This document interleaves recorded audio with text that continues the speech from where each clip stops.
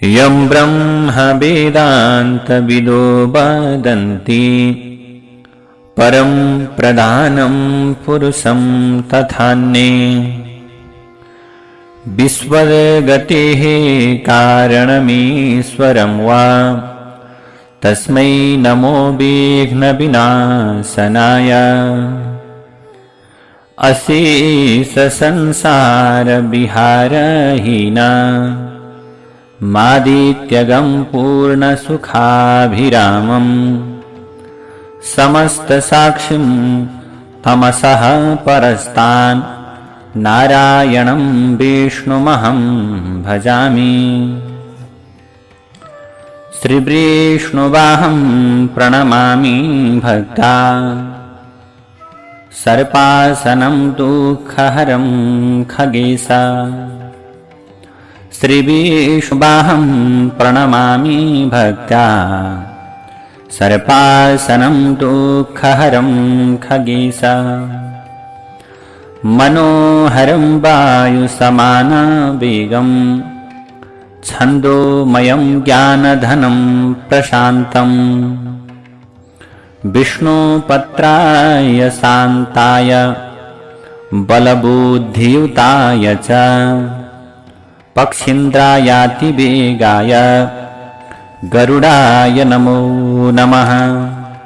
श्रीगरुडाय नमो नमः। पितॄन्नमस्ये निवसन्ति साक्षात् ये देवलोकेऽथ महीतले वा तथान्तरिक्षे च सुरारी पूज्याः ते मे प्रतीक्षन्तु मनोपनीतं। समादरणीय भक्तवृन्द हार्दिक नमन हार्दिक प्रणाम। सोह्र श्राद्धको यो अत्यन्तै पावन अवसरमा यहाँहरूका समक्षमा हामीले श्रीमद् गरुड महापुराणको दिव्य कथालाई पावन कथा प्रसङ्गलाई हरेक दिन श्रवण गराउँदै आइरहेका छौँ।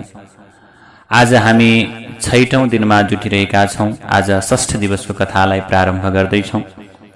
हिजोका दिनमा हामीले याज्ञवल्क नाम गरेका जो ऋषि हुनुहुन्छ उहाँले कुन कुन विषयमा बताउनुभयो र याज्ञवल्क नाम गरेका ऋषिले गृहस्थहरूको कस्तो धर्म बताउनुभयो, गृहस्थ व्यक्तिहरूले कस्तो प्रकारको कर्म गर्नुपर्छ भन्ने विषयमा याज्ञवल्क नाम गरेका ऋषिले अन्य ऋषिहरूलाई के गर्दै हुनुहुन्छ भने ज्ञान दिँदै हुनुहुन्छ। र ब्रह्मलोकको कामना गर्ने गृहस्थका लागि विशेष गरेर साथी, ज्वाइँ चेला, बटुवा, वेद विज्ञ सबै प्रकारका व्यक्तिहरू अतिथि हुन्। बोली, हात खुट्टाको चञ्चलता र अत्यन्त भोजन छोड्नु पर्दछ। धेरै बोल्नु हुँदैन। गृहस्थ अत्यन्त सन्तुष्ट रहनु पर्दछ। आफ्ना इष्टमित्रसँग सँगै समयमा बस्नुपर्छ। आफ्ना इष्टमित्रहरूलाई पनि समय दिनुपर्छ। त्यस्तै गरेर आफ्नो हित चिताउने वृद्ध, दुखी, बटुवा, भारी बोक्नेहरूलाई पनि खुसी पारेर दान दिने यस्ता प्रकारका कर्म गर्नुपर्छ भनेर बताउनु हो। अनि विशेष गरेर यज्ञ गर्नका निम्ति हरेक समय यज्ञ गर्ने, स्वाध्याय गर्ने, सफा रहने, कपाल, दारी, नङ सफा गर्ने, शुद्ध वस्त्रलाई धारण गर्ने, जनै लगाएको व्यक्ति अत्यन्त विनीत हुनुपर्छ। कसैसँग अप्रिय बोल्नु हुँदैन। त्यस्तै गरेर भगवत उपासना सधैँ गरिरहनुपर्छ। त्यस्तै गरेर नदीमा, भस्ममा, गोठमा, बाटामा, अग्निमा, त्यस्तै गरेर सन्ध्यामा, पानी भएको ठाउँमा, जलाशयमा कहिल्यै पनि मूत्र त्याग गर्नु हुँदैन। मलमूत्र त्याग गर्नु हुँदैन। कहिल्यै पनि दिसा पिसाब त्यस्तो प्रकारका पवित्र ठाउँहरूमा गर्नु हुँदैन। त्यस्तै गरेर सुन्दर प्रकारले सुन्दर वस्त्र लगाएर सफा भएर हिँड्ने। कहिल्यै पनि जहाँ पायो त्यहीँ थुक, रक्त, विष्ठा, मूत्र आदि प्रकारका कुराहरू कहिल्यै जलमा नफ्याँक्नु। आगामा कहिल्यै पैताला नसिक्नु। आगोलाई कहिल्यै नाग्ने प्रयत्न नगर्नु। त्यस्तै गरेर निराएकालाई कहिल्यै पनि नब्युझाउनु। जुवा तास खेल्ने यस्ता काम कहिल्यै नगर्नु। धूर्तलाई, खराब व्यक्तिलाई, मूर्खलाई कहिल्यै पनि साथ नदिनु। रोगी व्यक्तिहरूसँग सँगै नसुत्नु। रोगी व्यक्तिलाई सेवा गर्नु, सत्कार गर्नु, तर एउटै बिस्तारामा नसुत्नु। त्यस्तै गरेर धर्म विरोधी काम कहिल्यै नगर्नु। नदी किनारमा नदीको धेरै नजिक पनि कहिल्यै नजानु। त्यस्तै गरेर गाईको बाछाले दुध खाएको छ भने कहिल्यै पनि त्यो बाछालाई नतान्नु। अनि मूल ढोका बाहेक अन्तबाट घरमा नपस्नु, कहिल्यै लोभ नगर्नु, शास्त्र विरोधी काम कहिल्यै पनि नगर्नु। श्रावणमा श्रावणीमा अध्ययनको उपाकर्म गर्नु, श्रावणकै हस्ता नक्षत्रमा भएको पञ्चमीमा औषधिको सिद्ध गर्नु। त्यस्तै गरेर विशेष गरेर साँझमा अथवा सन्ध्याकालमा बिहानमा हरेक समय पवित्र रहनु। त्यस्तै गरेर साँझ परेको समयमा भागदौडको समयमा अध्ययन नगर्नु। अनि औँसी पूर्णिमा, चतुर्दशी, अष्टमी, ग्रहण यी श्राद्धको दिनमा भोजन लिइसके पछाडि विशेष गरेर आफूले मात्रै भोजन गर्ने होइन कि पशुहरूका निम्ति, पक्षीहरूका निम्ति पनि भोजन गराउनु। अपवित्र ठाउँ कहिल्यै नहिँड्नु, अपवित्र बाटोमा कहिल्यै नहिँड्नु।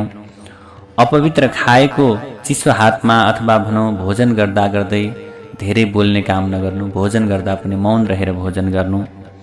त्यस्तै गरेर देवताको मूर्तिलाई, आचार्यलाई, त्यस्तै गरेर खराब कुरालाई अथवा राम्रो कुरालाई कहिल्यै पनि नाघ्नु हुँदैन। विप्रलाई, ब्राह्मणलाई, सर्पलाई, राजालाई र आफूलाई पनि कहिल्यै नहेप्नु। त्यस्तै गरेर जुठो धोएको पानी, चुठेको पानी, हातखुट्टा धोएको पानीलाई अलिक पर फ्याँक्नु, जो पानी पुनः अन्य भोजन आदिमा कहिल्यै नपरोस्। श्रुति स्मृतिले भनेको नियमलाई सधैँ पालना गर्नु। कसैको चित्त नदुखाउनु, किनभने कसैको मन नदुखाउनु, कसैको निन्दा पनि नगर्नु। त्यस्तै गरेर आफ्ना सन्तानलाई प्रेम गर्नु, सधैँ धर्मको आचरण गर्नु, धर्मको विरुद्ध कहिले काम नगर्नु। अझ विशेष गरी गृहस्थीले माता पिता, अतिथि र विद्वान व्यक्तिहरूसँग झै झगडा नगर्नु, खराब कुरा कहिले नबोल्नु। त्यस्तै गरेर नदी, खोला, देव पोखरी, सरोवर, तलाउमा राम्रोसँग स्नान गर्नु। त्यस्तै गरेर अर्काको भोजन, अर्काको भागको भोजन कहिल्यै पनि ग्रहण नगर्नु। अर्काका निम्ति तयार गरिएको बिस्तारामा कहिल्यै पनि नसुत्नु। लोभी, शत्रु, अनि त्यस्तै गरेर खराब काम गर्ने, घुस खाने, अनि त्यस्तै गरी पक्षपाती यस्ता व्यक्तिहरूको कहिल्यै सङ्गत नगर्नु। अनि मदिरा कहिल्यै नपिउनु, अनि खराब प्रकारका कर्महरू कहिल्यै पनि नगर्नु। बासी कुरा नखानु, जुठो कुरा नखानु, अपवित्र वस्तुले अथवा अपवित्रले छोएको नखानु, अपवित्र नखानु। अनि त्यस्तै गरेर अर्काका निम्ति राखेको भोजन पनि कहिल्यै नखानु। गाईका निम्ति तयार गरिएको भोजन पनि आफूले कहिल्यै नखानु, किनभने त्यो त गाईको निम्ति अर्पण गरिसकियो। अनि कसैको पाउले छोएको, खुट्टाले छोएको खानेकुरा पनि नखानु। त्यस्तै गरेर सेवकका निम्ति, कर्मचारीका निम्ति छुट्याइएको जो भोजन छ, जो भाग छ, त्यो कहिल्यै आफूले ग्रहण नगर्नु, सेवकहरूलाई नै दिनु। धेरै चिल्लो कुरा अथवा खराब कुरा कहिल्यै ग्रहण नगर्नु। गहुँ, जौ, दुग्ध पदार्थ यी कुराहरू खानु। त्यस्तै गरेर कहिल्यै पनि मांसाहार नगर्नु। अनि विशेष गरेर श्राद्धमा के गर्नुपर्छ भने देवता र पितृलाई अर्पण गरिने जो वस्तु छ त्यो श्रद्धाका साथमा के गर्नु, अर्पण गर्नु। यसरी के गर्नुभयो त याज्ञवल्क नाम गरेका ऋषिले अन्य ऋषिहरूलाई गृहस्थीहरूका धर्मका विषयमा बताउनुभयो। बताइसके पछाडि अब याज्ञवल्कले भन्नुहुन्छ द्रव्यको शुद्धि कसरी गर्ने, द्रव्यलाई कसरी शुद्ध गर्न सकिन्छ भन्ने विषयमा बताउनुभयो। जहिले पनि सुन, चाँदी, शङ्ख यी प्रकारका आसन, पात्र यिनीहरू पानीले धोएर प्रयोग गर्नुहुन्छ।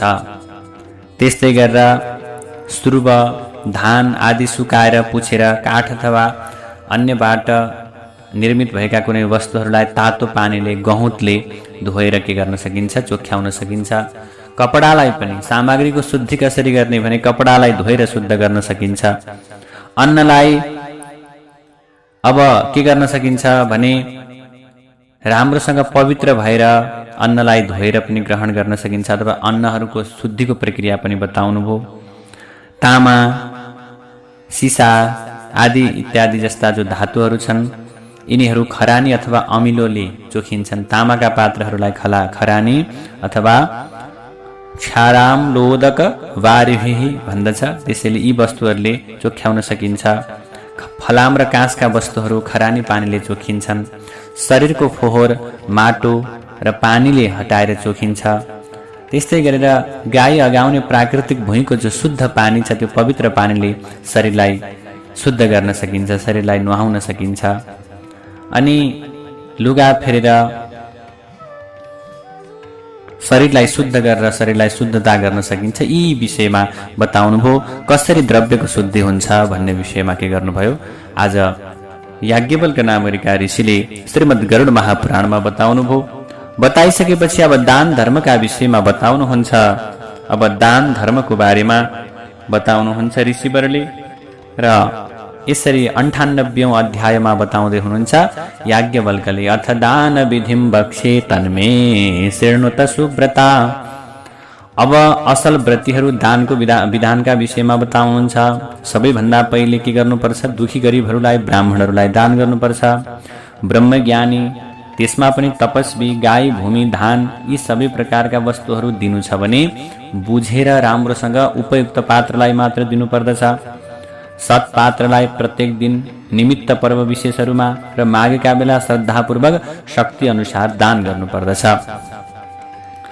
अब गाईको दान गर्नुपर्छ। दान गर्नेले, गाई दान गर्ने व्यक्ति जो छन् उनीहरूले त्यो गाईको शरीरमा जति रहन्छन् त्यति नै वर्ष स्वर्गको प्राप्ति गर्न सक्छन्। कहिले गाई दान दिए भने उनीहरूले 7 कुलसम्म तार्न सक्छन्। दुखी गरिबहरूलाई, जसको घरमा खाने कुनै अवस्था नै छैन भने कमसेकम गाई दान गरेर गौ पालन गरेर ती गरिबहरूले आफ्नो जीवनलाई निर्वाह गर्न सक्छन् भने यो कर्म गर्नु। अनि गाई दान गर्दा, कुनै पनि वस्तु दान गर्दा बिग्रेको वस्तु, भत्केको वस्तु, खराब वस्तु कहिल्यै दान नगर्नु, बरु थोरै गर्नु, तर शुद्ध र राम्रो प्रकारको वस्तु दान गर्नु। अनि घर, अन्न, छाता, माला, वृक्ष, घिउ, जल, ओछ्यान, श्रृंगार पटारका आदि जो सामग्रीहरू छन् ती सामग्रीहरू दिँदा स्वर्ग प्राप्ति गर्न सकिन्छ। विद्या दिनेले विद्या पनि दान गर्न सकिन्छ। आफूसँग ज्ञान छ भने त्यो ज्ञानलाई जसले दान गर्दछन् उनीहरूले ब्रह्मलोक प्राप्त गर्दछन्। वेदको अर्थ, शास्त्रको ज्ञान, धर्मशास्त्रहरूका लागि मूल्य तिर्ने अथवा लेख्नेले पनि ब्रह्मलोक प्राप्त गर्छन्। ईश्वरले, भगवानको आराधना गर्ने त्यस्ता प्रकारका व्यक्तिहरू जो वेदलाई पाठ गर्दछन् उनीहरू सधैँ के हुन्छन्, पवित्र स्थानमा जान पाउँछन्। ब्रह्मज्ञान समानका पवित्र इतिहास पुराणहरूलाई जसले बाँड्दछन्, इतिहास पुराणको दान गर्दछन् उनीहरूले उन्नतिको प्राप्ति गर्दछन्। जसले खराब कर्म गर्दछन् तिनीहरूलाई कहिल्यै पनि सकारात्मक कुराको प्राप्ति हुन सक्दैन। दान लिने व्यक्ति सक्षम छ कि छैन भनेर पहिला विचार गर्नुपर्छ। अब पानी पिउनु छ, तिर्खा लागेको छ भने पानी पिउँदा, कुस, साग, दूध लिँदा नसोधिकन पनि लिन हुन्छ भनेर यसरी बताइएको छ। दुष्कर्म गर्ने जो व्यक्ति छ उसले नमागी लिन्छ भने सत्कर्म गर्ने व्यक्तिले माग्नुपर्ने कुराहरू जो छन् तिनीहरू माग्दा राम्रो माग्नुपर्छ। अब अतिथिहरूको सेवा पनि सुन्दर प्रकारले गर्नुपर्छ, त्यो पनि एउटा दान हो। अरू व्यक्तिलाई राम्रोसँग कुनै कुरा दिइन्छ भने त्यसलाई दान भनिन्छ भनेर व्याख्या गर्नुभयो। अब यहाँ ब्राह्मणलाई दिनु मात्र दान होइन कि दुखी गरिबलाई, सबैलाई, ब्राह्मणलाई, दुखी गरिबलाई अथवा भोकाएको व्यक्तिलाई अन्न दिनु, तिर्खाएको व्यक्तिलाई जल दिनु यी पनि महादानहरू हुन् भनेर यसरी बताउनुभयो। अब श्राद्धको विधानका विषयमा याज्ञवल्क्य नामका ऋषिले श्राद्ध कसरी गर्ने, श्राद्धको विषयमा बताउनु भएको छ। श्राद्ध गर्नाले समस्त प्रकारका पापहरू नाश भएर जान्छन्। अब श्राद्धहरू विभिन्न प्रकारका हुन्छन्। औंसिस, अष्टका, वृद्धि श्राद्ध, कृष्ण पक्षका दुवै ऐनमा गरिने श्राद्ध आदि आदि, व्यतिपातमा हुँदा, चन्द्र सूर्य ग्रहण लाग्दा आदि आदि समयमा के हुन्छन्, श्राद्धका समयहरू निश्चित हुन्छन्। 16 श्राद्धको बेला भयो। औंसिका तिथिहरूमा श्राद्ध गर्नुपर्छ। वेदज्ञाता, कुशल, तिथि जानेर तीनवटै मन्त्रहरू अथवा सबै प्रकारका मन्त्रको ज्ञान भएका व्यक्तिले श्राद्ध कर्म गर्नुपर्छ। पत्नी, ज्वाइँ, आचार्य, मामा, अग्नि जान्ने ब्राह्मण, दौहित्र, शिष्य, आफन्त, बान्धव, कर्मनिष्ठ ब्राह्मण, पञ्चाग्नि ताप्ने ब्रह्मचारी, पिता माताको सेवा गर्ने यी सबै ब्राह्मणहरू श्राद्ध देवता हुन्। र कहिल्यै पनि श्राद्ध गर्नुभन्दा पहिले नै के गर्नुपर्छ भने भगवानका भक्तलाई, ब्राह्मणलाई निमन्त्रणा गर्नुपर्छ। अघिल्लो दिन गएर बोलाइसके पछाडि घरमा ल्याएर राम्रोसँग राख्नुपर्छ अनि ब्राह्मणहरूलाई दुखी गरिबहरूलाई भोजन गराउनु पर्दछ र श्राद्धको विधानले राम्रोसँग श्राद्ध कर्मलाई सम्पन्न गर्नुपर्दछ र श्राद्ध भनेको विशेष गरी मैले यहाँहरूलाई आजभन्दा पहिलाका श्रृङ्खलाहरूमा पनि बताइसकेको छु। श्राद्ध भनेको त श्रद्धाका साथमा जो पितृहरूलाई अर्पण गरिन्छ त्यो नै वास्तवमा श्राद्ध हो। जो श्राद्धमा श्रद्धा छैन, प्रेम छैन, भाव छैन भने त्यो श्राद्धको कुनै अर्थ रहँदैन। त्यसैले श्राद्ध कर्म भनेको श्रद्धाका साथमा गरिने कर्म हो। अब यसरी श्राद्धको विधानका विषयमा बताउनु भयो। अब श्राद्ध गरेर के हुन्छ भन्ने विषयमा यहाँ बताउनु भयो।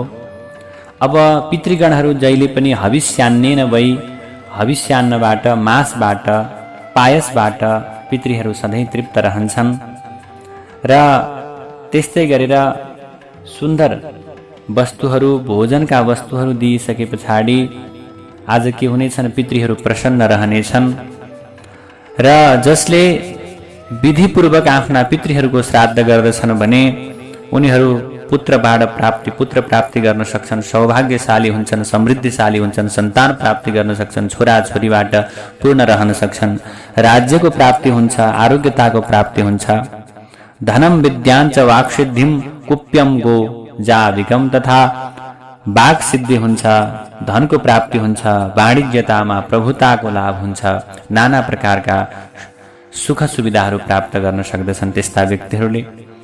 अनि यो लोकमा यशस्वी भएर शोकविहीन भएर अन्ततः परम गतिलाई प्राप्त गर्न सक्दछन् जसले अत्यन्त श्रद्धापूर्वक, प्रेमपूर्वक र भावपूर्वक श्राद्ध गर्दछन् भने तिनीहरू राम्रो फल प्राप्त गर्न सक्छन्, आयुको वृद्धि हुन्छ र जसले सकाम, कृतिका, भरणी आदि नक्षत्रमा श्राद्ध गरेर राम्रोसँग पितृहरूलाई प्रसन्न गराउँछन् भने उनीहरू पनि वास्तवमै स्वर्गलोकको प्राप्ति गर्दछन् र उनीहरूका पितृहरू प्रसन्न रहन्छन्।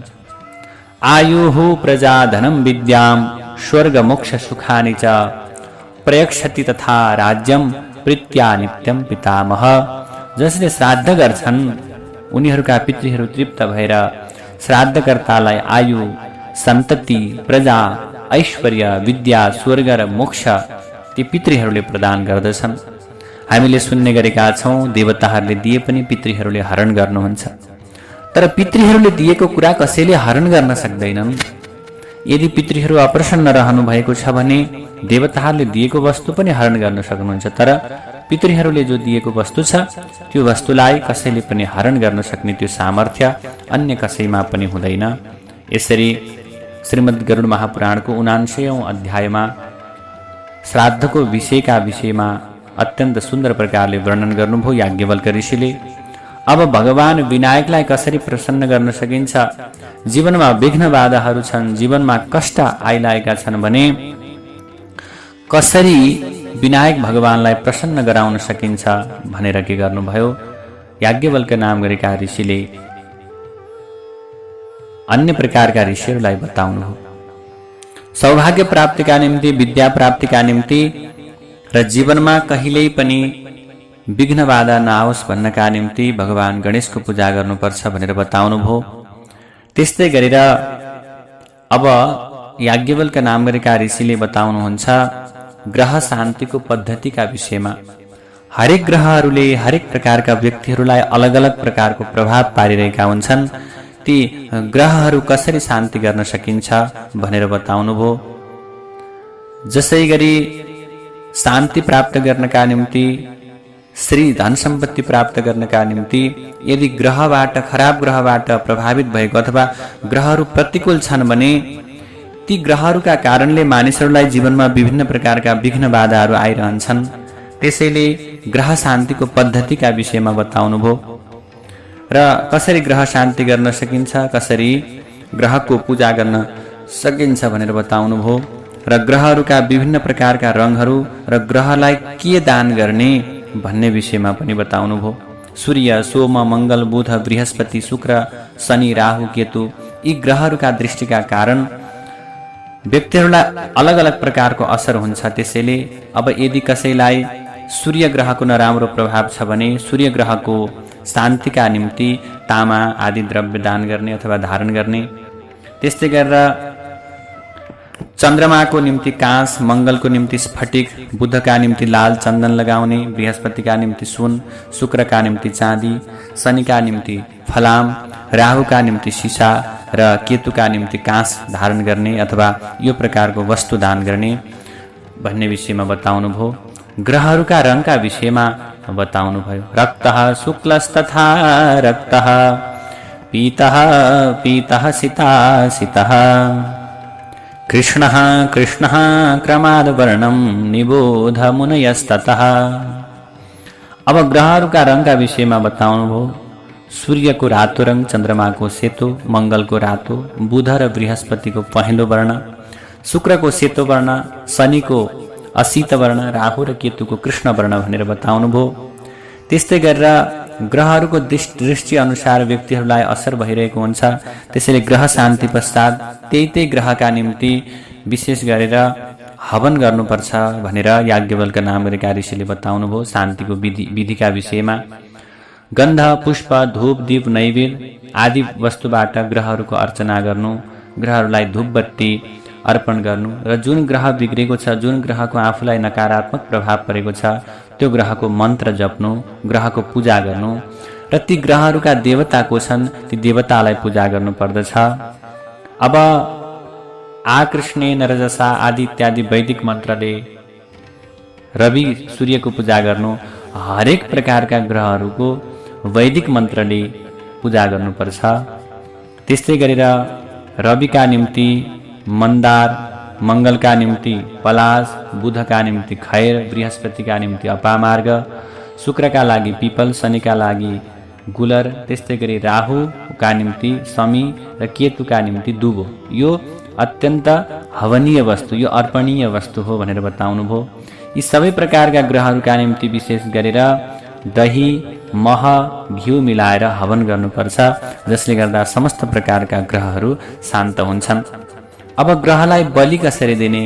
ग्रहलाई बलि सूर्यलाई गुड, चन्द्रमालाई खीर, मङ्गललाई हविष्यान्न, बुधका निम्ति क्षीर मिसेको अन्न, दूध सहितको अन्न, बृहस्पतिका निम्ति दही अथवा अन्न, शुक्रका निम्ति घिउ, शनिका निम्ति पिठो, राहुका निम्ति मांस र केतुका निम्ति विभिन्न प्रकारका अन्नहरू बलि दिनु।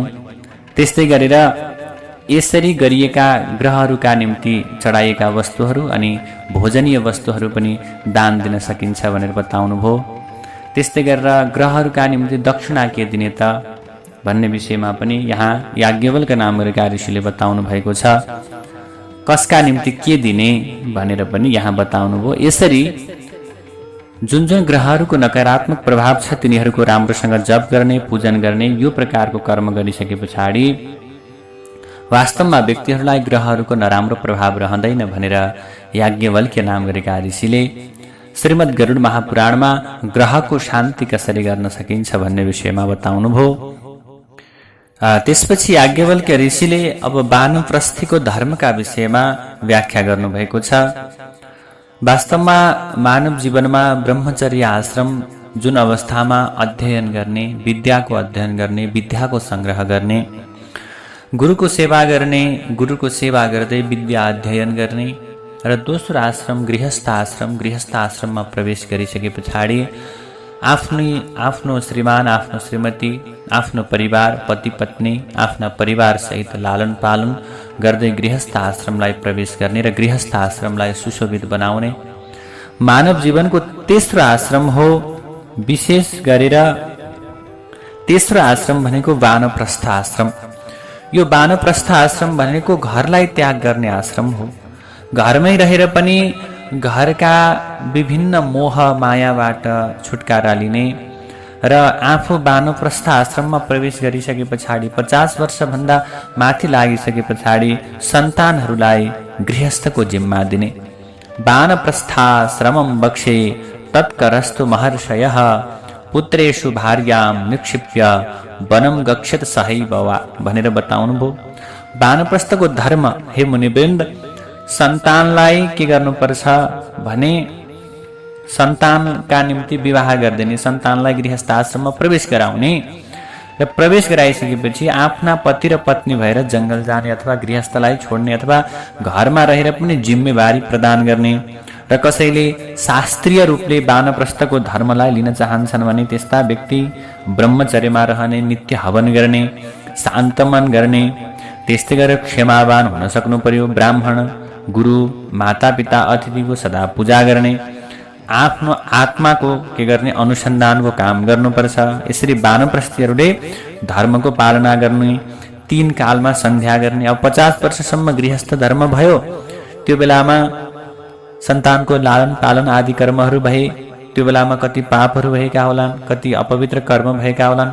ती कर्मको प्रायश्चित्तका निम्ति वानप्रस्थ धर्ममा प्रवेश गरिसकेपछि 50 वर्ष माथि लागिसके पछाडि नित्य जप गर्ने, 3 सन्ध्यामा जप गर्ने, स्वाध्यायमा रहने, त्यस्तै गरेर अरूको हितका निम्ति काम गर्नुपर्छ। सन्तानलाई सबै प्रकारका कुराहरू अर्पण गर्ने, घरको जिम्मा सबै सन्तानलाई दिने र आफूले लोक कल्याणको कार्य गर्नुपर्छ।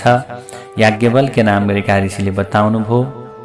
अब सन्यास धर्मको विषयमा बताउनुभयो। भिक्षोर धर्मम प्रवक्ष्यामि तम निबोधत सत्तमा वनान निवृत्य कृत्वष्टिम सर्ववेद प्रदक्षिणम।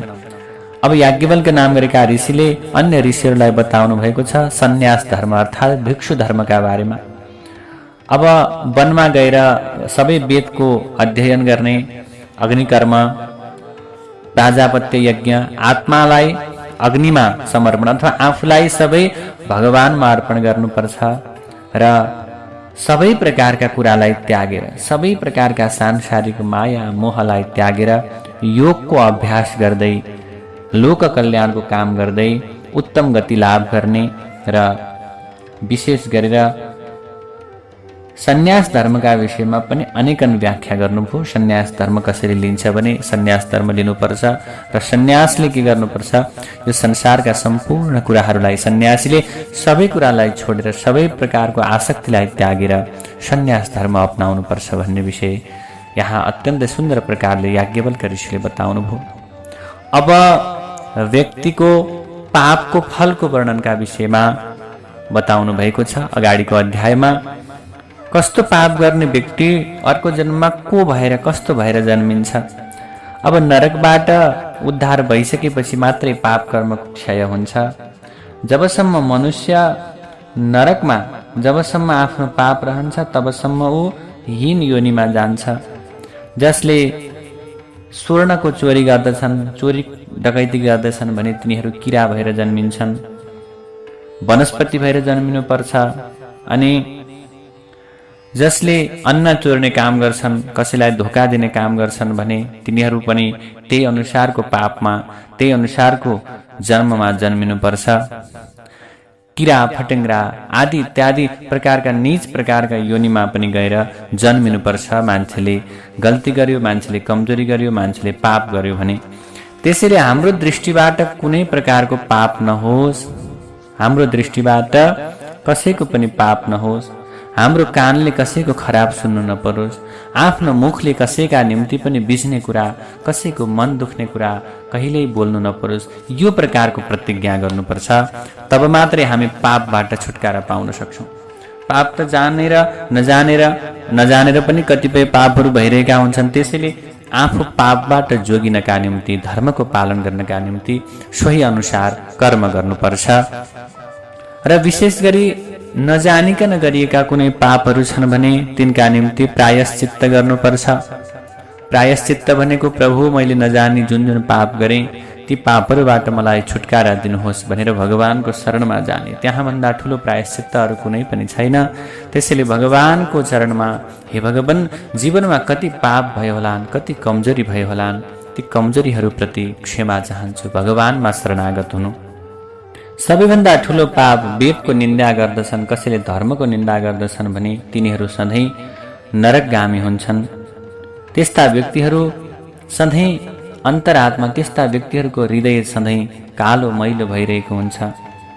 र जसले के गर्छन्, खराब कर्म गर्छन्, वेदको निन्दा गर्छन्, धर्मको पालना गर्दैनन् भने तिनीहरू अत्यन्त घोर दुर्गन्धित रौरव नाम गरेको नरकमा पुग्दछन्।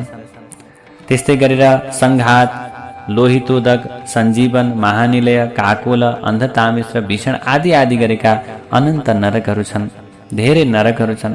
जसरी संसारमा धर्म भोग गर्ने, सुख प्राप्त गर्ने, आनन्द प्राप्त गर्ने विविध प्रकारका विधाहरू छन्, विविध वस्तुहरू छन् अथवा विविध प्रकारका क्षेत्रहरू छन् भने पापीहरूका निम्ति पनि त्यति नै धेरै नरकहरू छन्। त्यसैले जो पाप गर्छन् तिनीहरू विशेष पापले गर्दा यी माथि बताइएका नरकहरूमा गएर बस्नुपर्छ, त्यो नरकको पीडालाई भोग्नुपर्छ। कोही कुम्भिपाक नाम गरेको नरकमा जान्छन्, जो खराब कुरा पान गर्छन्, चोरी गर्छन् र चोरी गर्नेलाई साथ दिन्छन्, जो वेद निन्दक छन्, जो ब्रह्म हत्या समानका पाप गर्दछन्, खान नहुने वस्तु खान्छन्, खराब कर्म गर्छन्, अरूको निन्दा गर्छन्, मद्यपान गर्छन्, कसैका कुनै वस्तुलाई पशुलाई चोर्दछन् र जान नहुने ठाउँमा जान्छन्, खराब दृष्टिकोणले अरू कसैलाई हेर्छन्, नारीहरूप्रति सम्मान गर्दैनन् भने त्यस्ता व्यक्तिहरू नरकमा जान्छन्। र जसले ब्रह्मस्वको हरण गर्छन्, जसले ऋण लिएर तिर्दैनन् अथवा जसले जो धर्मको संस्कार हो, धर्मको संस्कारलाई कहिल्यै पनि पालना गर्दैनन्, त्यस्ता व्यक्तिहरू के हुन्छन् भने त्यस्ता पापीहरू सधैँ नरकमा गएर पर्दछन्। त्यसैले यी पापहरूबाट मुक्त हुनका निम्ति, कहिले पाप नहोस् भन्नका निम्ति ज्ञानको प्राप्ति हुनुपर्छ। र ज्ञानको प्राप्तिबाट के हुन्छ, यो कर्म गर्नु हुँदो रहेनछ भन्ने थाहा हुन्छ। भगवानमा जब भक्ति गरिन्छ, जब ज्ञान सुनिन्छ, जब पुराण सुनिन्छ, त्यो पुराणका प्रभावले के हुन्छ त भने यो कर्म गर्नु पर्दो रहेछ, यो कर्म गर्न हुँदो रहेनछ भन्ने जानकारी प्राप्त गर्न सकिन्छ नि। त्यसैले त्यो अनुसार कर्म के हुन्छ त भने पुराणको श्रवणबाट व्यक्तिले लाभको प्राप्ति गर्न सक्दछन्। अब यसै गरेर अगाडिको अध्यायमा याज्ञवल्क्य नाम गरेका ऋषिले आशौचको विषयमा बताउनु हो। हे मुनिजनहरू, अब प्रेताशौचम प्रवक्ष्यामि तच्छृणुध्वं यतव्रताः। अब प्रेतको आशौचका विषयमा बताउनु भो। 2 वर्ष नपुगेकालाई खनेर राख्नु, गाड्नु, जो 2 वर्ष नपुग्दै बितेका हुन्छन्, उदक कर्म नगर्नु, शमशानमा कुलका अन्य मानिसहरू सहित गएर लौकिक अग्निमा यमसूक्त गर्दै राखेर त्यस्ता प्रकारका डढाउने व्यक्तिहरू अथवा कुन उपयुक्त के छ उपयुक्त प्रकारको कर्म गर्नु। 7औं वर्षदेखि 10औं वर्षसम्मका उपनयन भएपछि कुलबन्धुहरूले दक्षिण फर्केर मन्त्रोच्चारणपूर्वक त्यस्ता व्यक्तिहरूको दाह संस्कार गर्नु। अनि जो खराब व्यक्ति छन् ती खराब व्यक्तिहरूका निम्ति उनीहरूलाई पवित्र बनाउन र उनीहरूलाई सकारात्मक मार्गमा लगाउनका निम्ति धेरै कर्म गर्नु। मृतकलाई छोइसकेपछि व्यक्तिले नुहाउनु, तत्काल शुद्ध हुनु, अनि पिण्ड दिने क्रममा अथवा क्रिया बस्ने समयमा अलग अलग भूमिमा शयन गर्नु, अनि माटाका भाँडामा वस्तुको अर्पण गर्ने। व्यक्तिको मलामा गएर आइसके पछाडि अथवा घाटमा गएर आइसकेपछि, श्मशान घाटमा गएर आइसकेपछि घरमा प्रवेश गर्नुभन्दा पहिले निमको पातलाई प्राशन गर्नु, अनि मात्रै घरमा प्रवेश गर्नु। घरमा प्रवेश गर्ने बेला आचमन शुद्ध भएर अग्नि, जल, गोबर यिनीहरूको स्पर्श गरेर, गाईको स्पर्श गरेर मात्रै भित्र घरमा प्रवेश गर्नु। जहिले पनि मसानघाट गएर आइसके पछाडि अथवा मलामा गएर आइसके पछाडि पवित्र भएर मात्रै घरमा प्रवेश गर्नु। र घरमा आइसके पछाडि शुद्ध प्रकारका वस्तुहरूको स्पर्श गरिसकेपछि मात्रै आफू शुद्ध पवित्र हुन सकिन्छ। त्यसैले यो प्रकारको कर्म गर्नु। अब त्यसै गरेर विभिन्न प्रकारका श्राद्ध आदि इत्यादिका विषयमा पनि बताउनु भयो र नदीमा कसरी अस्थिको सञ्चय गर्ने, अस्थि कसरी सेलाउने त्यो विषयमा यहाँ बताउनु भयो। जो स्त्री गर्भवती छन् र गर्भवती स्त्री मर्दछन् भने गर्भपूर्ण 6 महिना भएको छ भने त्यहाँबाट बालकलाई निकालेर छुट्टै भूमिमा गाड्नु, स्त्रीलाई जलाउनु। गङ्गाजीमा मरेको बालक मरेमा गङ्गाजीमा सेलाउनु। अन्य देशमा मरेमा 27 महिनासम्मका बालकलाई भूमिमा गाड्नु। 27 महिनादेखि माथि उमेर भएका जो व्यक्ति बित्दछन् भने तिनीहरूलाई दाह गरेर अब अस्तिक क्षपण आदि कर्म पनि गर्नु, जलकुम्भ दान गर्नु, बालक आदिलाई भोजन गराउने। अब गर्भपात भएको क्रिया गर्नु पर्दैन। दुधे बालकको मृत्यु भएको छ भने बालकहरूलाई दुग्ध घडा आदि पायसले भोजन गराउनु। कुमार अवस्थामा मृत्यु भएको छ भने कुमार नै खुवाउने। 5 वर्षका कुमार, 10 वर्षका कुमार पौगण्ड हुन्। व्रतबन्ध भएका कुमारहरू पौगण्डे मरे, तिनीहरूको मृत्यु भयो भने बालकलाई ब्राह्मण भोजन गराउनु। अनि 5 वर्ष उमेर भएका बालकहरूको मृत्यु भयो, व्रतबन्ध भएका अथवा नभएकाको गुण पायस आदिले दशक्रिया गर्नु भनेर बताउनु। यसरी धेरै प्रकारका अवस्थाहरू यहाँ बताइएको छ।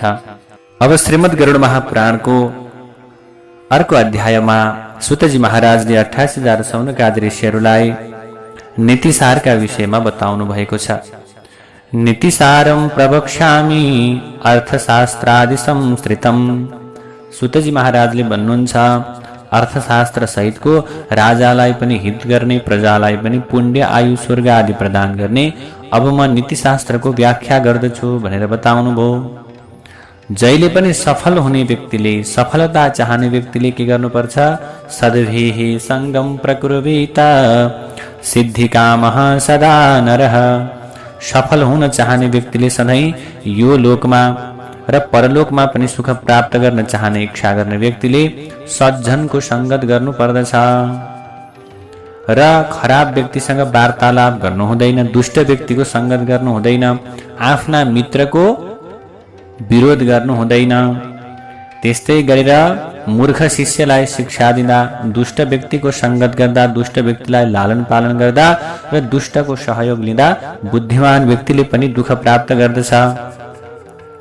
त्यसैले मूर्ख कोही ब्राह्मण छन् अथवा युद्धबाट भाग्ने कोही क्षत्रिय छन् भने तिनीहरूलाई तत्कालै टाढीबाट छोडिदिनुपर्छ र कार्य र कारणको सधैँ विचार गर्नु पर्दछ। यो संसारमा सबैभन्दा ठुलो समय हो। समयले नै के गर्छ? प्राणीहरूलाई पाल्दछ, समयले नै प्राणीको संहार गर्छ र समयले नै आज सुतेकालाई पनि जगाउँछ। त्यसैले समय कस्तो छ? दुर्जय छ। कसैले समयलाई हराउन सक्दैनन्। समयले नै व्यक्तिमा वीर्य सेचन गराउँछ, समयले नै गर्भमा व्यक्ति बच्चालाई बढाउँछ, समयले नै सृष्टि गराउँछ, सृष्टि जन्माउँछ अनि समयले नै नाश गर्दछ। त्यसैले यो संसारमा समयको गति अत्यन्त सूक्ष्म छ र स्थूल पनि छ। त्यसैले 2 प्रकारको समय भनेर मानिएको छ। यही नीतिसार बृहस्पतिले सुरेन्द्रलाई भनिसके पछाडि सर्वज्ञ भएका उनले के गरे? दैत्यहरूलाई मारेर स्वर्गमा इन्द्र राजा भएर बस्न पाएका थिए। त्यसैले दुःख कसले पाउँदैन भनेर सोधिएको प्रश्नमा उत्तमहि सह साङ्गत्यम पण्डितैः सह सत्कथा।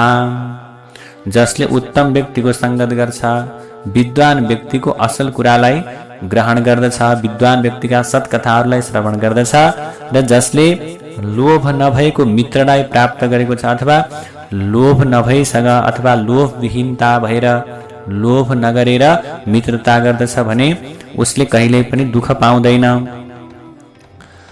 जसरी मानिसको सबैभन्दा ठूलो शत्रु भनेको शरीरकै रोग हो, त्यस्तै गरेर आफन्त छ तर उसले कहिल्यै पनि सहयोग गर्दैन। आफन्त छ तर काम बिगारिदिन्छ भने ऊ शत्रु हो। तर कोही शत्रु छ तर तपाईको हितको काम गर्छ भने उही नै मित्र हो। त्यसैले हित गराउने नै बन्धु हो र बचाउने नै पिताजी हुनुहुन्छ। विश्वास भएको व्यक्ति नै मित्र हो र आफू बसेको ठाउँ जहाँ छ त्यसलाई नै स्वदेश भनेर भनिन्छ। अब सबैभन्दा आज्ञाकारी सेवक ठूलो कुरा हो। त्यसैले मिठो बोल्ने पत्नी अनि त्यस्तै गरेर सँगै बस्ने लालन पालन गर्ने छोरा जो छ, छोरा चाहिँ सबैभन्दा उत्कृष्ट रहन्छ भनेर बताउनु भयो। त्यसैले जसमा गुण छ, जसमा धर्म छ त्यो नै जिउँदो व्यक्ति हो। तर जसमा गुण पनि छैन, धर्म पनि छैन भने त्यस्तो व्यक्ति जिउँदो भए पनि उसको जीवन व्यर्थ छ। गुण धर्म विहीनो न यो निष्फलम तस्य जीवनम। जो गुण र धर्मले रहित छ भने त्यस्तो व्यक्ति बाँचेर पनि कुनै अर्थ छैन। जसमा गुण पनि छ, धर्म पनि छ भने वास्तवमा जिउँदो व्यक्ति भनेको त्यही नै हो। जो घरको कामलाई राम्रोसँग गर्न सक्छिन्, मिठो बोल्दछिन्, पतिलाई माया गर्छिन्, पतिव्रता छन् भने उनैको हुन् वास्तविक पत्नी हुन् भनेर नीतिशास्त्रले बतायो। त्यस्तै गरेर यो संसारमा जसका पति पत्नीहरू एक आपसमा मिलेर बसेका छन् अथवा जसकी पत्नी सहयोगी छन्, जसका पति सहयोगी छन्, तिनीहरू नै यो वास्तवमा स्वर्गका राजा भन्दा पनि बढी सुख भोग गरेर बसेका छन्। सधैँ हित गर्ने, सभा रहने, सधैँ मिठो बोल्ने, थोरै बोल्ने, सधैँ अर्काको हित गर्ने, सधैँ धर्मको पालना गर्ने, पतिलाई सधैँ माया गर्ने, सधैँ मिठो बोल्ने, यस्ता खालका कर्म भएकी सौभाग्य वृद्धि गर्ने जसकी पत्नी छन् ती देवराज इन्द्र भन्दा पनि सुखी हुन्छन्। ती त मानिस जस्ता होइनन्, देवराज इन्द्र जस्ता हुन् भनेर यसरी नीतिमा बताउनु भयो। गुण बुझ्ने, पतिको भनाइलाई ग्रहण गर्ने अथवा सामान्य कुरामा पनि सन्तुष्ट रहन सक्ने त्यस्ती व्यक्ति प्रिया मात्रै नभएर वास्तवमै के हुन्, वास्तवमै धर्मपत्नी हुन् भनेर बताउनु भयो। दुष्ट पति पत्नी हुनु अनि मूर्ख साथी हुनु, त्यस्तै गरेर वचन फर्काउने नोकर हुनु अनि सर्प बसेको घरमा निवास गर्नु, यो त के हो, मृत्यु नै हो भनेर यसरी नीतिशास्त्रमा बताउनु भयो। त्यसैले यदि संसारमा सुख चाहन्छौ भने दुष्टको सङ्गतलाई छाडिदेऊ, सज्जनको साथलाई स्वीकार गर र हरेक रात दिन के गर, असल काम गर र सधैँ भगवानको स्मरण गर। यो गरियो भने व्यक्तिले कहिल्यै पनि दुःख पाउनु पर्दैन। अब त्यस्तै गरी कस्तो घरमा बस्ने त यो प्रकारको विषयमा पनि बताउनु भयो। वरम हि नरके वासो न तु दुश्चरिते गृहे, नरकात् क्षीयते पापम कुगृहान्न निवर्तते। दुश्चरित्र भएको खराब घरको बास भन्दा त बरु नरकमा बस्नु राम्रो हो। बरु नरकबाट कमसेकम पाप त नाश हुन्छ, तर कुगृहको बासले त पापको नाश पनि हुँदैन, उल्टै पाप थपिँदै थपिँदै जान्छ। त्यस्तै गरेर बुद्धिमान व्यक्ति एक खुट्टाले हिँड्दै अर्को खुट्टामा अडिन्छ। त्यसैले अगाडिको ठाउँ नजाचेसम्म पहिलो पाइलोलाई कहिल्यै पनि छोड्नु हुँदैन। आफू हिँड्नुभन्दा पहिले 2 पाइला 1 पाइला विचार गरेर हिँड्नुपर्छ। भइरहेको ठाउँलाई छोड्दै हुनुहुन्छ भने त्योभन्दा पल्लो ठाउँ कस्तो छ विचार गरेर मात्रै के गर्नुपर्छ भने अर्को पाइलो सार्नुपर्छ। असद वृत्ति भएको देश, अशान्ति भएको घर अनि खराब राजा भएको ठाउँमा र छल गर्ने मित्र, यी सबै कुरालाई तत्कालै छोडिदिनुपर्छ। त्यस्तै गरेर कन्जुसका हातमा गएको धन मानिसलाई कहिल्यै पनि काम लाग्दैन। मूर्खहरू धेरै भएको ठाउँमा ज्ञानको काम लाग्दैन। गुण र पराक्रम नभएको रूप काम लाग्दैन र आपतका समयमा नहेर्ने मित्र पनि कहिल्यै काम लाग्दैन। जसमा गुण पनि छैन, ज्ञान पनि छैन, पराक्रम पनि छैन, तर व्यक्ति सुन्दर छ, रूपले मात्रै सुन्दर भएर भएन, गुण पनि सुन्दर हुनु पर्यो। त्यस्तै गरेर अर्को यथार्थका विषयमा पनि, नीतिका विषयमा पनि बताउनु भयो। पदमा रहेकालाई पहिले नदेखेका मानिसहरू पनि के हुन्छन्, सहायक र मित्र हुन्छन्। जो पदमा छन्, जो प्रभुत्वतामा छन्, ती व्यक्तिलाई के गर्छन्, यो लोक संसारले, यो कलियुगमा मान्छेहरू जो पदमा छन्, जसमा शक्ति छ, उनीहरूको भक्ति गर्छन्, उनीहरूको मित्र बन्दछन्। तर जसको धन सकिएको छ, पदच्युत भएको छ भने त्यस्तो बेला आफन्तहरू पनि शत्रु पर्दछन्, शत्रु बन्दछन्। आपद पर्दा मित्र चिनिन्छ, युद्धमा को वीर हो भनेर चिनिन्छ, एकान्तमा बस्दा पवित्रताको ज्ञान हुन्छ, धन सकिँदा पत्नी कस्ती हुन् भनेर चिनिन्छ, अनि अनिकालमा आफ्नो प्रिय मित्र अतिथि को हो भनेर चिन्न सक्नुपर्छ। जसरी फल सकिएको रुखलाई चराले के गर्छन्, तत्कालै छाडिहाल्छन्।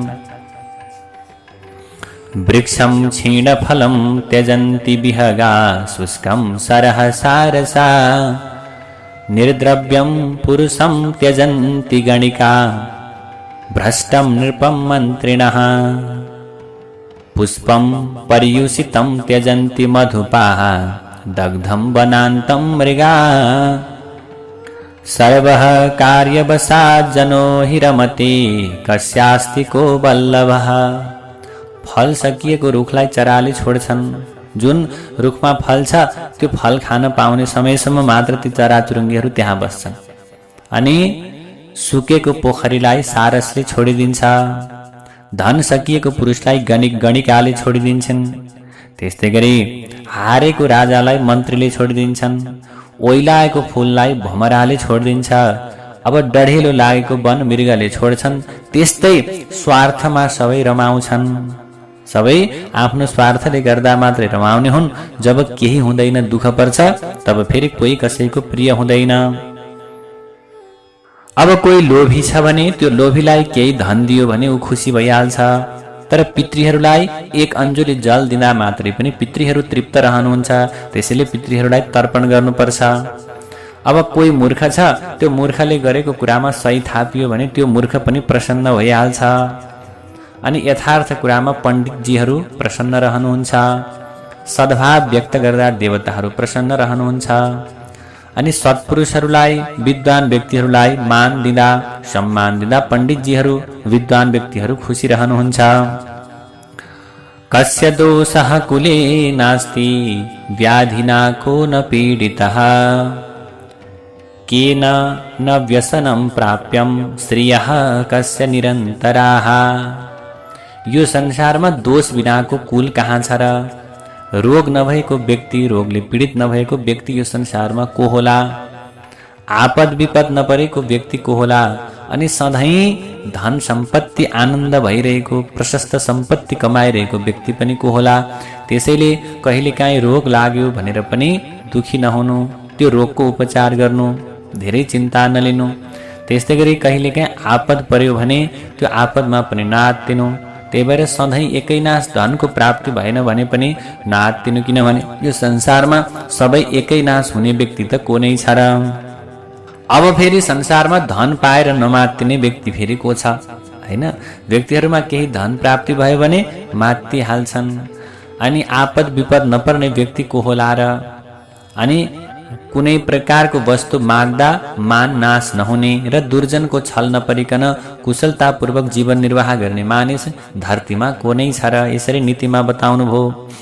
त्यस्तै गरेर जुन ठाउँमा सम्मान हुँदैन, स्नेह हुँदैन, जहाँ आफन्त छैनन्, जहाँ विद्याको आर्जन, ज्ञानको आर्जन जस्तो केही कुराहरू छैन भने त्यस्तो ठाउँलाई तत्कालै छाडिदिनुपर्छ। यस्मिन् देशे न सम्मानम न प्रीतिर्न च बान्धवाः न च विद्यागमः कश्चित् तं देशं परिवर्जयेत्। जुन ठाउँमा सम्मान छैन, मान छैन, प्रेम छैन, जुन ठाउँमा स्नेह छैन, जहाँ आफन्तहरू छैनन्, जहाँ ज्ञानको आर्जन हुन सक्दैन, विद्याको आर्जन हुन सक्दैन, त्यस्तो ठाउँलाई तत्कालै छोड्नु पर्दछ। अब व्यक्तिले जीवनमा कस्तो प्रकारको धन आर्जन गर्नु पर्दछ त? धनस्य यस्य राजभ्यो भयं नास्ति न चौरतः मृतञ्च यन्नमुचेता समर्जयस्व तद्धनम। जुन धनमा राजाको डर छैन, कर लगाउलान् भन्ने डर छैन, जुन धनमा चोरको डर छैन, जुन धनले मर्दा पनि छाड्दैन, त्यस्तो धर्म रूपी धन, ज्ञान रूपी, विद्या रूपी धन व्यक्तिले आर्जन गर्नु पर्दछ। अत्यन्त मर्ने गरी परिश्रम गरेर जुन धन कमाइन्छ त्यो धनलाई मरेपछि अरूले बाँड्दछन्। धनका लोभले जुन काम गरिन्छ त्यो दोष के हुन्छ? आफूमा सधैँ रहिरहन्छ। त्यही भएर बारम्बार सोच विचार गरेर, लोभ गरेर मुसाले जस्तै जोगाएको धन त केवल दुःखको कारण मात्रै हो।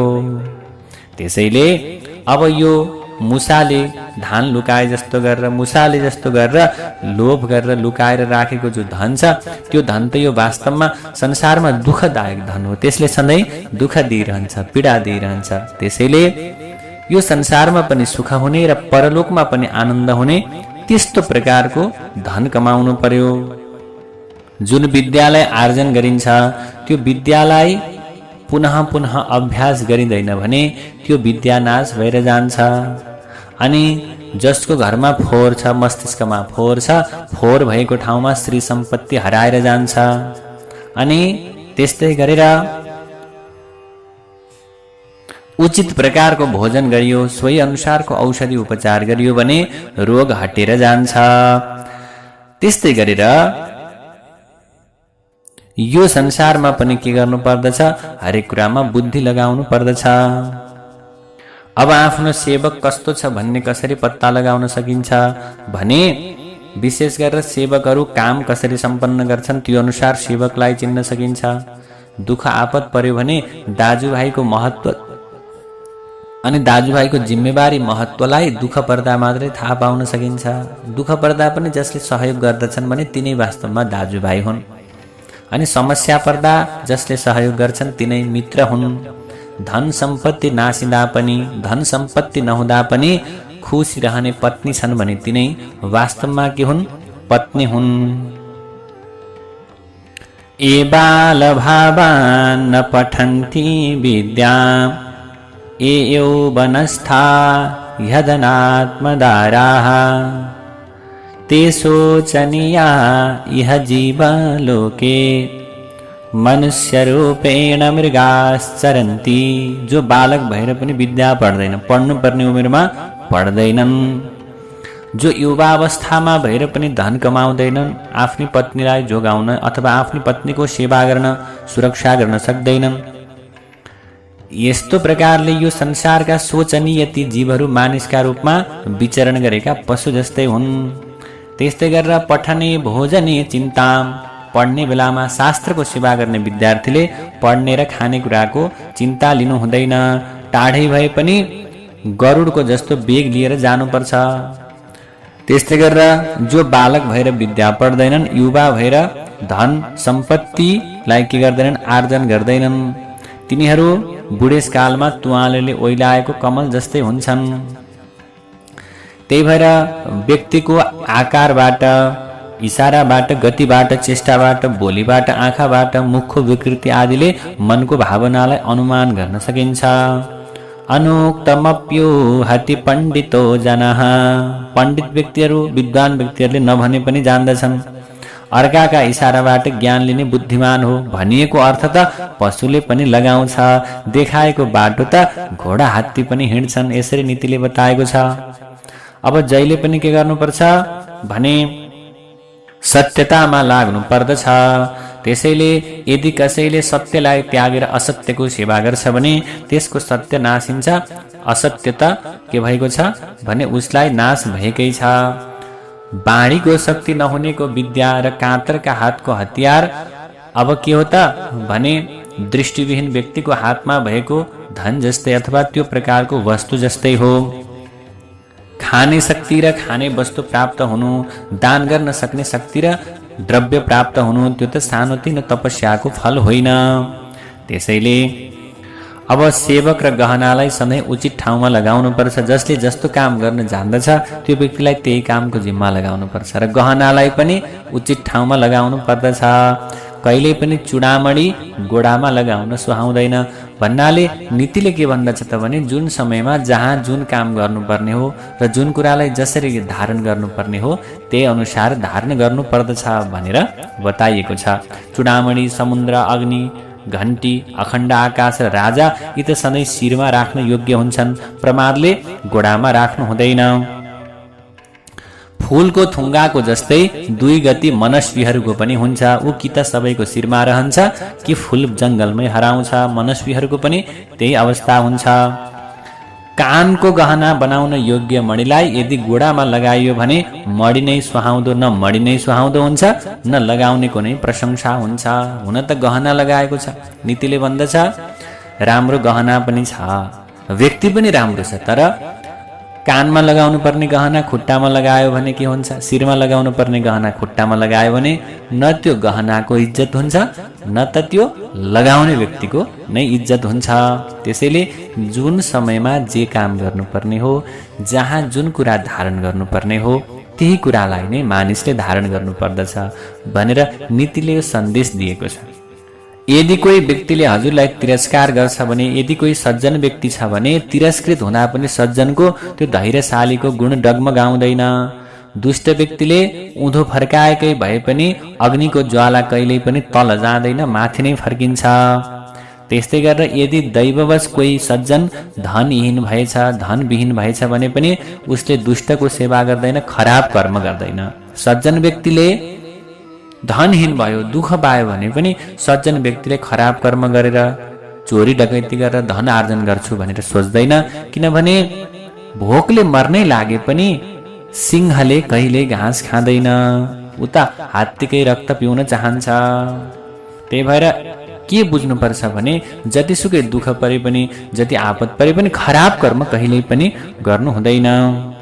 त्यस्तै गरेर हामीभित्र भएका नकारात्मक तत्त्वलाई के गर्नुपर्छ, निकालेर फाल्नुपर्छ भनेर पनि नीतिले यहाँ बतायो। जसरी गोडामा लागेको काँडालाई हातमा अर्को काँडाले निकालेर फालिन्छ, त्यस्तै गरी हामीभित्र भएका नकारात्मक शत्रुहरूलाई पनि शत्रुबाट नै के गर्नुपर्छ, मास्नु पर्दछ।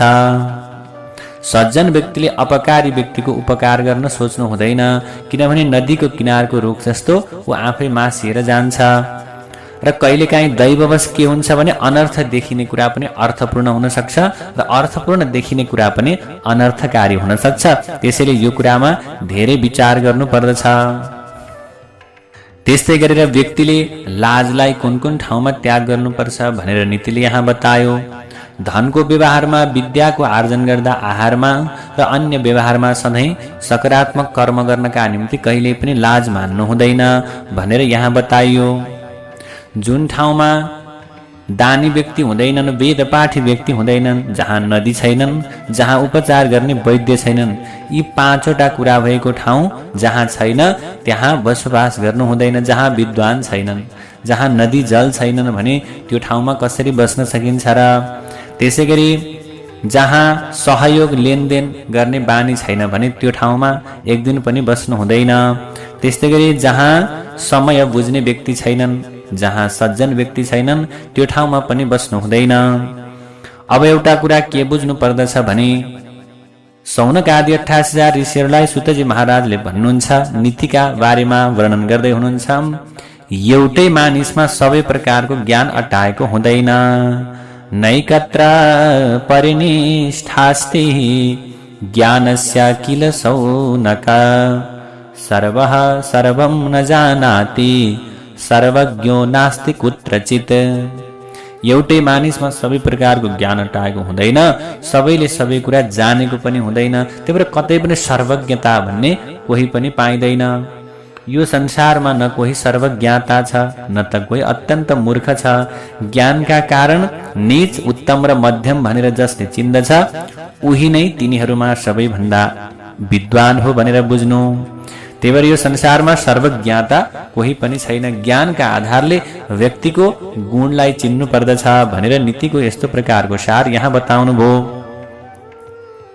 अब नीति शास्त्रका विषयमा व्याख्या गर्ने समयमा सुतजी महाराजले 88,000 ऋषिहरूलाई बताउनुहुन्छ। अब राजा र सेवकको लक्षण बताउँछु। राजाले सबैतिर राम्ररी सधैँ परीक्षण गरिरहनु पर्दछ। सत्य धर्मका पक्षमा रहनेले नै सधैँ राज्य चलाउँछन्। त्यसैले शत्रुको सैन्य जितेर धरतीलाई धर्मले राजाले पालन गर्नुपर्दछ। फूलको बोटबाट मालीले जस्तो फूल नै टिप्नुपर्छ। कोइला बनाउनेले जस्तो फेदै छिनाउनु हुँदैन। अथवा दुध दुहुने व्यक्तिले दुध खाए पनि बिग्रिएपछि उसले दुधलाई ग्रहण गर्दैन। त्यस्तै गरी राजाले पनि परराष्ट्रको उपभोग गर्नुपर्दछ, तर बिगार्नु हुँदैन। दुहुनो गाई छ भने त्यसको थुन छिनाएर कसैले पनि दुध प्राप्त गर्न सक्दैन। जस्तै राष्ट्रको व्यवहारमा दुःख दिनेले उन्नति कहिल्यै पनि गराउन सक्दैन। त्यसैले सबै प्रयत्न गर्दै धरतीको राम्ररी राजाले, नेतृत्व गर्ने व्यक्तिले राम्ररी पालन गर्नुपर्छ। पालन गर्ने केही भूमि, कीर्ति, आयु, यश र बल पनि के हुन्छ, बढ्दछ। विष्णुको पूजा गरेर धर्मात्मा, गाई ब्राह्मणको हितमा लाग्ने, इन्द्रियबाट विजय हुने राजा नै प्रजा पालनका निम्ति सक्षम हुन्छन्। जो धर्मात्मी हुन्छन् उनीले नेतृत्व गर्नुपर्छ। धर्मात्मी व्यक्तिले राज्यको नेतृत्व गरे भने उनीहरूले बल्ल के गर्न सक्दछन् भने प्रजाहरूलाई सुन्दर प्रकारले पालन गर्न सक्दछन्। त्यस्तै गरेर अस्थायी ऐश्वर्य पाउने राजाले धर्ममा के गर्नुपर्दछ, राम्रोसँग ऐश्वर्य प्राप्त गर्न चाहना छ कसैको भने त्यस्ता राजा धर्ममा चल्नु पर्दछ। धन वैभव क्षणमा नाश हुन्छ, तर आफूलाई कहिल्यै पनि आफूमा भएको गुण र धर्मको कहिल्यै पनि नाश हुन सक्दैन। सेवकहरू नाश होलान्, धन सम्पत्ति नाश हुन सक्ला, तर यो धर्म भने कहिल्यै पनि नाश भएर जाँदैन। त्यसैले धर्मको के गर्नुपर्छ? राजाले नेतृत्व गर्ने व्यक्तिले धर्मको पालना गर्नुपर्दछ। यसरी नीतिशास्त्रका अनेकन विषयमा सुतजी महाराजले 28,000 सौनकादि ऋषिहरूलाई अनन्त व्याख्या गर्नुभएको छ। भक्तवृन्द, आजको निम्ति यति नै। भोलि फेरि हामी अन्य कथाहरू लिएर यहाँहरूका समक्षमा समुपस्थित हुनेछौँ। ओम देवताभ्यः पितृभ्यश्च महायोगिभ्यैव च नमः स्वाहायै स्वधायै नित्यमेव नमो नमः।